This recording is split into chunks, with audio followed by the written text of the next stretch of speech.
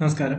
2025 PSC ഓൺലൈനായി നടത്തിയ 10th മെയിൻസിന്റെ ചോദ്യപേപ്പറിന്റെ മാത്സിന്റെ രണ്ടാമത്തെ ഭാഗമാണ് ഇന്ന് നാം കാണുക. ഒരു കോഡ് ഭാഷയിൽ വൈറ്റ് എന്ന വാക്ക് ZKLWH എന്നാണ് സൂചിപ്പിക്കുന്നതെങ്കിൽ ബ്ലാക്ക് എന്ന വാക്കിനെ സൂചിപ്പിക്കുന്നത് എങ്ങനെയാണ്? ഇവിടെ നമ്മൾ ആദ്യം ബന്ധം മനസ്സിലാക്കുകയാണ് ചെയ്യേണ്ടത്. W എന്നത് കഴിഞ്ഞ് എത്ര ലെറ്റർ കഴിഞ്ഞിട്ടാണ് Z വന്നത്? W കഴിഞ്ഞ് നമുക്കറിയാം XY, Xും Yയും കഴിഞ്ഞ് അടുത്ത ലെറ്റർ Z ആയി. അടുത്തതിനത് ശരിയാവും നോക്കാം. H, Iയും Jയും കഴിഞ്ഞ് വരുന്ന ലെറ്ററാണ് K. ഇങ്ങനെയാണ് ഇവിടെ ഓരോ ലെറ്ററും. ലാസ്റ്റത്തെ E നോക്കിക്കേ, E കഴിഞ്ഞ് Fഉം Gയും കഴിഞ്ഞുള്ള ലെറ്റർ H ഇവിടെ വന്നു. അങ്ങനെയാണെങ്കിൽ B, ഇവിടെ നമ്മളത് വെരിഫൈ ചെയ്താൽ മതി. B കഴിഞ്ഞ് രണ്ട് ലെറ്റർ മാറ്റുക, Cയും Dയും കളയുക, അടുത്ത ലെറ്റർ E ഉള്ള ഒരു ഓപ്ഷനെ ആദ്യമേ ഉള്ളൂ. അപ്പൊ തന്നെ നമുക്ക് ആൻസർ കയ്യിൽ കിട്ടി. ഇനി വെരിഫൈ ചെയ്യണമെന്നുണ്ടെങ്കിൽ നമ്മൾ വേറെ എങ്കിലും നോക്കിയാൽ മതി. A കഴിഞ്ഞ് രണ്ട് ലെറ്റർ മാറ്റുക, Bയും Cയും കളയുക, അടുത്ത ലെറ്റർ D നമുക്കിവിടെ കിട്ടുന്നുണ്ട്. അപ്പൊ ഇതിന്റെ കോഡ് ഭാഷയിലുള്ള ശരിയായ ഉത്തരം എന്ന് പറയുന്നത് ഓപ്ഷൻ D ആണ്. അടുത്തത് ഒരു ഒറ്റയാനെ കണ്ടെത്താനുള്ള ചോദ്യമാണ്. 59, 73, 87, 47. ഇതിൽ ശരി ഉത്തരം 87 ആണ്. കാരണം എന്താണ്? 87 എന്നുള്ള സംഖ്യ മാത്രം ഇവിടെ അഭാജ്യ സംഖ്യയല്ല. അതായത് 59, 73, 47 ഇതെല്ലാം അഭാജ്യ സംഖ്യയാണ്. 87 നമുക്ക് 3 കൊണ്ട് ഡിവൈഡ് ചെയ്യാൻ പറ്റും. ഒരു സംഖ്യയെ 3 കൊണ്ട് ഡിവൈഡ് ചെയ്യാം എന്ന് നമ്മൾ ഹരിച്ചു നോക്കാതെ എങ്ങനെയാണ് വേഗത്തിൽ ചെയ്യുക? ഇവിടെ 87ന്റെ ഡിജിറ്റ്സ് ഒന്ന് കൂട്ടുക. 8ഉം 7ഉം കൂടെ കൂട്ടിക്കഴിഞ്ഞാൽ നമുക്ക് 15 കിട്ടും. 15നെ വീണ്ടും കൂട്ടിക്കഴിഞ്ഞാൽ നമുക്ക് 6 കിട്ടും. 6 എന്ന് പറയുന്നത് 3ൽ ഡിവിസിബിൾ ആണെന്ന് നമുക്കറിയാം. 2 തവണ പോവും. അതുകൊണ്ട് തന്നെ 87 എന്ന് പറയുന്നത് 3 കൊണ്ട് ഡിവൈഡ് ചെയ്യാൻ പറ്റുന്ന ഒരു സംഖ്യയാണ്. അപ്പൊ 3 കൊണ്ട് ഡിവൈഡ് ചെയ്യാൻ ഏതൊരു സംഖ്യ ചോദിച്ചാലും ആ തന്നിരിക്കുന്ന സംഖ്യയുടെ ഡിജിറ്റുകളെ എല്ലാം കൂടി കൂട്ടി നോക്കുക. അങ്ങനെ കൂട്ടി കിട്ടുന്ന വാല്യൂ നമുക്ക് 3 കൊണ്ട് ഡിവൈഡ് ചെയ്യാൻ പറ്റുമെന്ന് നോക്കിയാൽ മതി. ഒരു ഉദാഹരണത്തിന് ഏതെങ്കിലും ഒരു സംഖ്യ, ഇപ്പൊ നമ്മൾ 153 എന്നുള്ള സംഖ്യ എടുത്തു. ഇത് 3 കൊണ്ട് ഡിവിസിബിൾ ആണോ? 5ഉം 3ഉം 8ഉം 8ഉം 1 9. 9 3 കൊണ്ട് ഡിവിസിബിൾ ആണ്. അതുകൊണ്ട് തന്നെ ഇത് 3 കൊണ്ട് ഡിവൈഡ് ചെയ്യാൻ പറ്റുന്ന ഒരു സംഖ്യയാണ്. നമുക്ക് മനസ്സിലായി. ഇങ്ങനെ പറ്റാത്തത് ഏതെല്ലാം നമുക്ക് 3ന്റെ ഡിവിസിബിൾ അല്ല എന്ന് പറയാം. ഇനി 59, 73, 47 ഇതെല്ലാം അഭാജ്യ സംഖ്യയാണെന്ന് പറഞ്ഞു. എന്താണ് അഭാജ്യ സംഖ്യ? അഭാജ്യ സംഖ്യ എന്ന് പറഞ്ഞാൽ 1 കൊണ്ടും അതേ സംഖ്യ കൊണ്ടും മാത്രം ഹരിക്കാൻ പറ്റുന്ന സംഖ്യകളെയാണ് അഭാജ്യ സംഖ്യ എന്ന് പറയുന്നത്. ഏറ്റവും ചെറിയ അഭാജ്യ സംഖ്യ ഏതാണെന്ന് ചോദിച്ചു കഴിഞ്ഞാൽ അത് 2 ആണ്. 2 ആണ് ഏറ്റവും ചെറിയ അഭാജ്യ സംഖ്യ. 2നെ 1 കൊണ്ടും 2 കൊണ്ടും മാത്രമേ നമുക്ക് ഹരിക്കാൻ സാധിക്കുകയുള്ളൂ. അപ്പൊ ഏറ്റവും ചെറിയ അഭാജ്യ സംഖ്യ ചോദിച്ചു കഴിഞ്ഞാൽ 2 ആണ്. അതിനുശേഷം വരുന്ന അഭാജ്യ സംഖ്യയാണ് 3, 5, 7, 11. ഇങ്ങനെ മുന്നോട്ട് പോകും. അങ്ങനെ വരുന്ന അഭാജ്യ സംഖ്യകളാണ് 59, 73, 47. അതാണ് ഇവിടെ ഒറ്റയാൻ 87 ആയിട്ട് മാറിയതെന്ന് മനസ്സിലായി കാണുമല്ലോ. ചോദ്യം ഒരു ഡയറക്ഷന്റെ ചോദ്യമാണ്. രാമു തന്റെ ഓഫീസിൽ നിന്ന് കിഴക്കോട്ട് 40 മീറ്റർ നടക്കുന്നു. ഇവിടെയാണ് ഓഫീസ് എന്നിരിക്കട്ടെ. ഓഫീസിൽ നിന്ന് കിഴക്ക്, അപ്പൊ നമുക്കറിയാം ഇത് വടക്ക് നോർത്ത്, ഇത് തെക്ക്, ഇത് കിഴക്ക് ഈസ്റ്റ്, ഇത് പടിഞ്ഞാറ് വെസ്റ്റ്. അപ്പൊ ഇവിടെ നിൽക്കുന്ന രാമുവിനെ സംബന്ധിച്ച് കിഴക്ക് എന്ന് പറയുന്നത് ഇങ്ങോട്ടാണ്. 40 മീറ്റർ ഇങ്ങോട്ട് നടന്നു, കിഴക്കോട്ട് നടന്നു. അവിടെ നിന്ന് വലത്തോട്ട് തിരിഞ്ഞ് ഇവിടെ നിൽക്കുന്ന ഒരാളിനെ സംബന്ധിച്ച് നിങ്ങൾ ഇവിടെ നിൽക്കുന്നതായിട്ട് സങ്കല്പിക്കുക. നിങ്ങൾ ഇവിടെ നിന്ന് കഴിഞ്ഞാൽ നിങ്ങളുടെ വലത്ത് എങ്ങോട്ടായിരിക്കും? താഴോട്ടായിരിക്കും. വലത്തോട്ട് 8 മീറ്റർ കൂടി നടന്ന ശേഷം വീണ്ടും വലത്തോട്ട് തിരിഞ്ഞു. അടുത്ത് നിങ്ങൾ ഇവിടെ നിൽക്കുന്നതായിട്ട് സങ്കല്പിക്കുക. നിങ്ങൾ ഇങ്ങനെ ഇങ്ങോട്ട് ഫേസ് ചെയ്ത്, താഴോട്ട് ഫേസ് ചെയ്ത് ഇവിടെ നിൽക്കുക. ഇവിടെ നിൽക്കുന്ന നിങ്ങളുടെ വലതെന്ന് പറയുന്നത് ഇങ്ങോട്ടാണ്. ഇങ്ങോട്ട് സഞ്ചരിച്ച് 25 മീറ്റർ നടന്നു. എങ്കിൽ രാമു തന്റെ ഓഫീസിൽ നിന്നും എത്ര മീറ്റർ അകലെയാണെന്നാണ് ചോദിച്ചത്. ഇവിടെ നിന്ന് തുടങ്ങിയ രാമു ഇപ്പൊ നിൽക്കുന്നത് ഇവിടെയാണ്.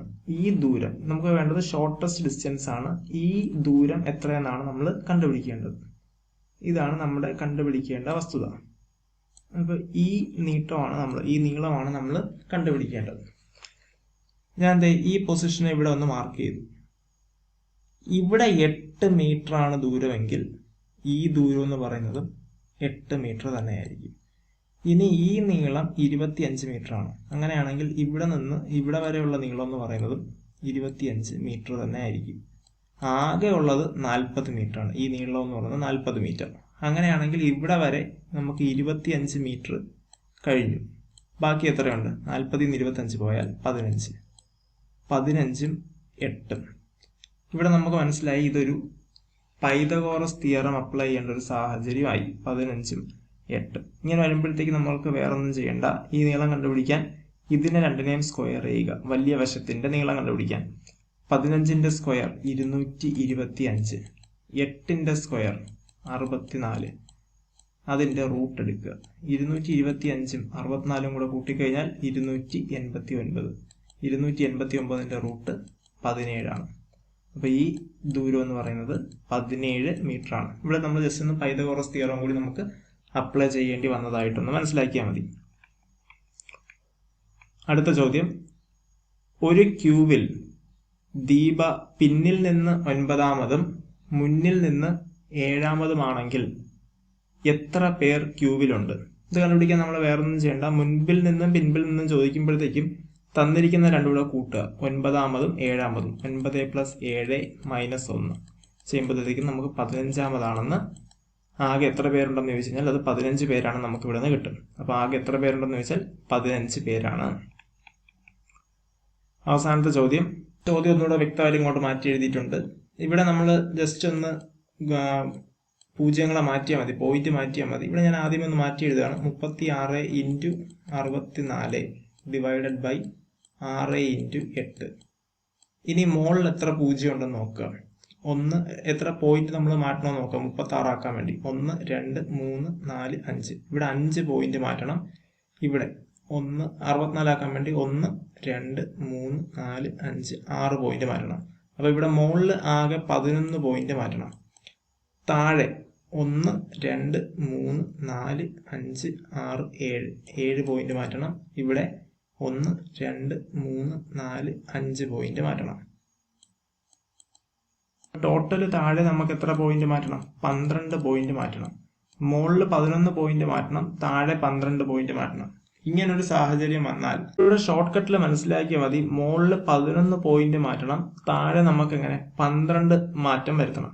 അപ്പൊ 11ഉം 12ഉം ഇതിന്റെ വ്യത്യാസം എത്രയാണ്? 1. താഴെയാണ് കൂടുതലെങ്കിൽ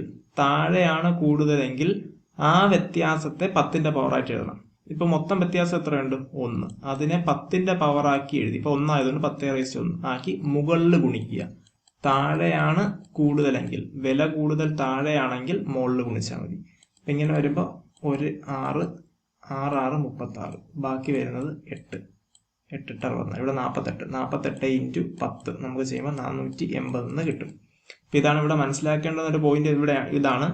ഇവിടെ നമുക്ക് 1 2 3 4 5 പോയിന്റ് മാറ്റണം. ഇവിടെ 6 പോയിന്റ് മാറ്റണം. ആകെ പോയിന്റ് മാറ്റേണ്ടത് 11 പോയിന്റ് ആണ്. അതേസമയം താഴെ 12 പോയിന്റ് ആണ് മാറ്റേണ്ടത്. താഴെയാണ് കൂടുതലെങ്കിൽ ആദ്യം വ്യത്യാസം നോക്കുക. 11ഉം 12ഉം ഒരു മാറ്റം വരുത്തണം. ഈ മാറ്റത്തെയാണ് നമ്മൾ 10ന്റെ പവറിൽ കൊടുക്കേണ്ടത്. അപ്പൊ 12 ആയതുകൊണ്ട് മാറ്റം എവിടെയാണ്? താഴെയാണ് കൂടുതൽ. താഴെയാണ് കൂടുതലെങ്കിൽ 10ന്റെ നമ്മൾ എഴുതുന്ന മാറ്റം എഴുതിയിട്ട് മുകളിൽ ഗുണിക്കുക.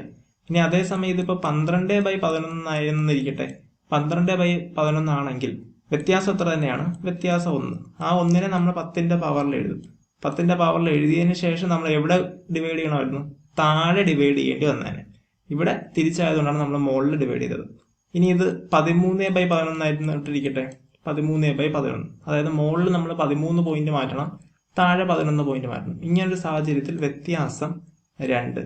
അപ്പൊ നമ്മൾ 10ന്റെ സ്ക്വയർ എന്ന് എഴുതി. മുകളിൽ കൂടുതലായതുകൊണ്ട് നമ്മൾ എന്ത് ചെയ്യണം? ഡിനോമിനേറ്ററിൽ കൊണ്ടുവന്ന് ഡിവൈഡ് ചെയ്യണം. ഈ ഒരു പോയിന്റ് ആണ് ആകെ ഒരു ആശയക്കുഴപ്പം ഉണ്ടാകുന്നത്. ഇപ്പൊ ഇത് ക്ലിയർ ആണെന്ന് വിശ്വസിക്കുന്നു. ഇത്രയും പറഞ്ഞുകൊണ്ട് ഈ മാത്സിന്റെ സെഷൻ അവസാനിപ്പിക്കുന്നു. നന്ദി, നമസ്കാരം.